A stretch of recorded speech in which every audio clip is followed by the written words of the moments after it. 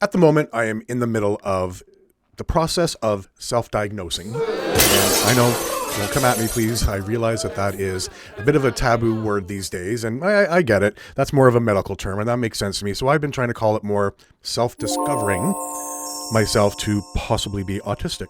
If you suspect that you or somebody you know might be neurodivergent in one way or another, self-discovery has to be the starting point. You are the only one that hears what's going on up there. So you need to extract all of this noise and munch it down into a tight little, nice little, pretty little package. So you can take that to a professional for an official diagnosis, if that's what you're choosing to do. And honestly, the self-discovery part might even be enough for you. Maybe you won't even need or want to go for an official assessment. After all this discovery research and just investigating and the knowledge that you're going to be absorbing, getting all those aha moments and all those, wait, what? That's a thing? That can often be all you need to get a little bit of peace and understanding. But even then, it might be nice to be able to have all of this knowledge saved somewhere for you to access, because it's a lot and really hard to remember it all. One of the main traits of autism is hyperfocusing.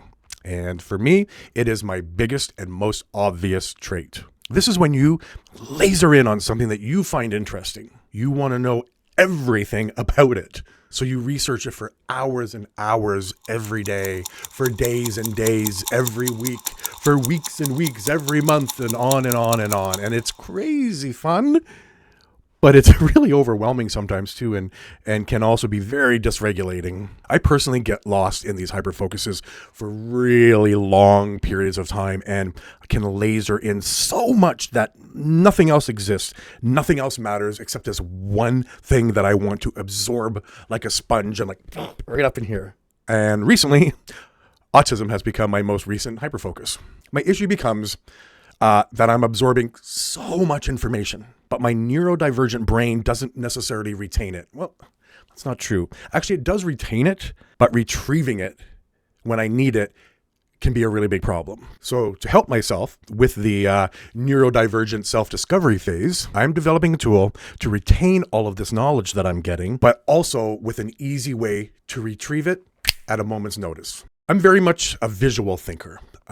I think in videos and images, but I also think in databases. I always have. In fact, many moons ago, it used to be my job to develop and teach database systems in an office. So I'm going to take what I know about databases and create this tool for neurodivergent self-discovery. And it really needs to have a clean, simple interface. I find that a lot of these apps nowadays become way too top heavy with all this, hey, look at all the cool you can do with our app, which for me, and I imagine for you, it's way too overwhelming. And you know what? Now I'm just not going to use your app now. It's just too much. I need to be sure that the point of entry is as frictionless as possible. SOS, locate DJL. That's what he says? Damn it. All the crazy cool needs to be there, but it needs to happen in the background out of eyeline. We give the app all of our data as quickly and painlessly as possible, and the app retrieves the data for us when we need it. I also want to be sure that we can input data on the fly. I don't know about you, but I get sparks of ideas and thoughts triggered by all kinds of crap. So if I'm out and about and something sparks with some thought that I want to add to this app, I need to be able to do it from my phone quickly and easily, and again, as frictionless as possible. I just need to get the thought. Okay, stop.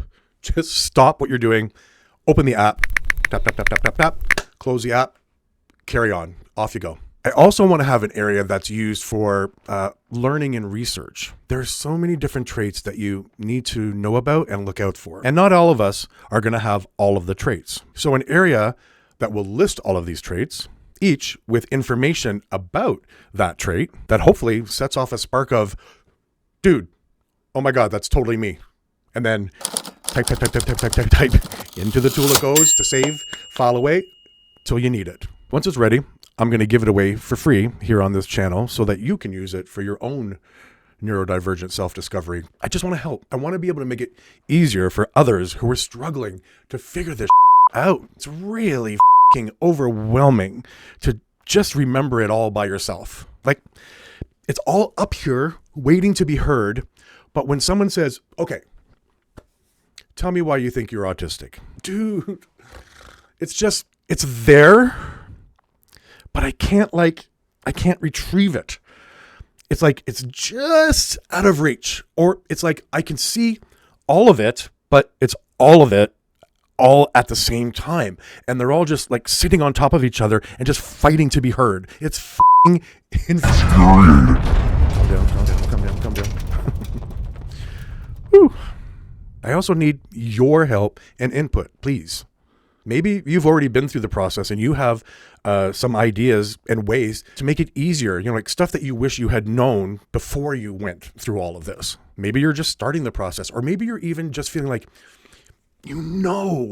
something's up, but you have no idea where to even start.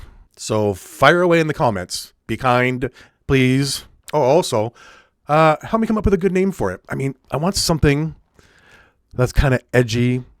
It has a little bit of a nipple twist to it, Ow!